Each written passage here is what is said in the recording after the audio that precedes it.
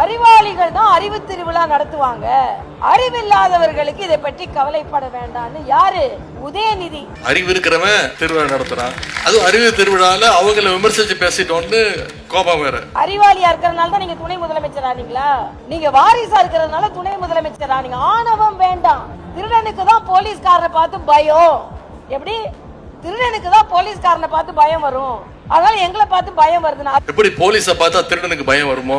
அதனால அறிவுங்கிற வார்த்தையை கேட்டாலே அவங்களுக்கு அதிர்ச்சி. நேற்று தம்பி விஜய் அவர்களின் கட்சி இதற்கு ஆர்ப்பாட்டம் நடத்தியே இருக்க கூடாது. எங்கள் வாக்கு எங்கள் வாக்கு, எங்கள் உரிமை எங்கள் உரிமை. கட்சி தொண்டர்கள் பிஎல் அண்ணன் கராத்தே தியாகராஜன் மிக அழகாக சொன்னார்கள்.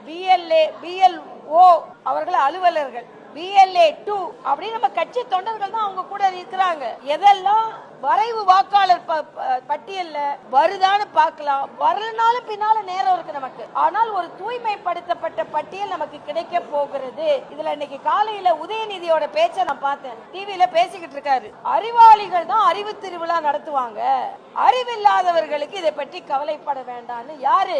உதயநிதி. அறிவாளியா இருக்கிறதுனால தான் நீங்க துணை முதலமைச்சர் ஆனீங்களா? நீங்க வாரிசா இருக்கிறதுனால துணை முதலமைச்சர் ஆனீங்க. ஆணவம் வேண்டாம். உதயநிதி அவர்களே, ஆணவம் வேண்டாம். நீங்க அறிவு திருவிழா நடத்திட்டு பேரை வச்சுக்கிட்டா உங்கெல்லாம் அறிவாளிங்க மாதிரியும் மற்றவங்க எல்லாம் அறிவிலிங்க மாதிரியும் பேசுறீங்க. ஆணவம் வேண்டாம்.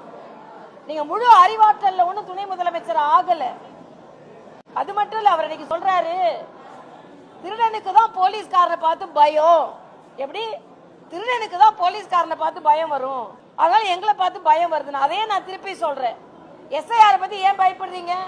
நீங்க ஓட்டு திருடுறவங்களா இருக்கிறதுனாலதான் நீங்க எஸ்ஐஆர் பத்தி பயப்படுறீங்க.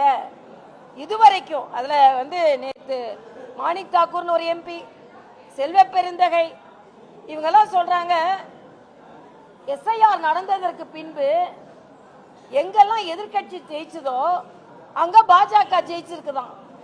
ஆமா, அப்ப நீங்க எப்படி ஜெயிச்சிருந்தீங்க? இதுக்கு முன்னால போலி வாக்காளர்களை வச்சு ஜெயிச்சிருந்தீங்கன்னு நீங்களே ஒப்புக்கொள்கிறீர்கள். அதனால பட்டியல் வரும், பொதுமக்கள் எல்லோருக்கும் உரிமை இருக்கிறது. என் ஓட்டு இல்லைன்னா போய் கேட்கறதுக்கு. அப்ப கேட்க போறாங்க. ஏன் ராகுல் காந்திக்கு மரண அடி கொடுத்தாங்க தெரியுமா பீகார் மக்கள்?